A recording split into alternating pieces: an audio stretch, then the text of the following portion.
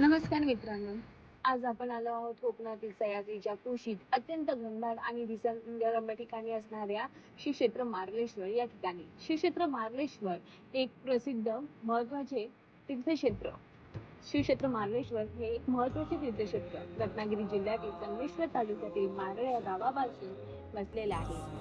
येथे एका निसर्गरम्य गुहेत भगवान शंकराचे जागृत शिवलिंग आहे.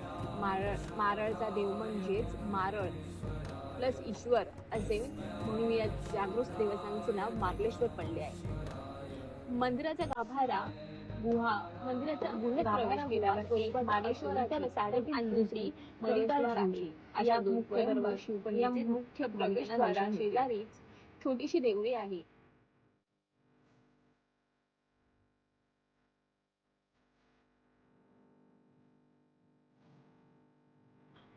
विशेष म्हणजे या गुहेत इतर कोणताही दिवा लावण्यास सक्त मनाई आहे.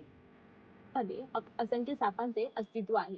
मात्र या सापांचा कोणालाही उपद्रव झाल्याचे ऐकविता येत नाही. भगवान शंकराच्या अंगावर नाग सर्प का असतात याची प्रचिती मार्लेश्वराच्या ठिकाणी आपल्याला नक्कीच येते. मार्लेश्वराचे दर्शन घेण्यासाठी या ठिकाणी वर्षभर रीग लागलेली असते. दर सोमवारी, शनिवारी, श्रावण महिना, महाशिवरात्री, दत्त जयंती या दिवशी येथे भाविकांचा महासागर लोटतो. असे हे ठिकाण पाहण्यासाठी नक्कीच भेट द्या. मार्लेश्वर मंदिराच्या बाजूला मोठमोठे धबधबे तुम्हाला पाहायला भेटतात.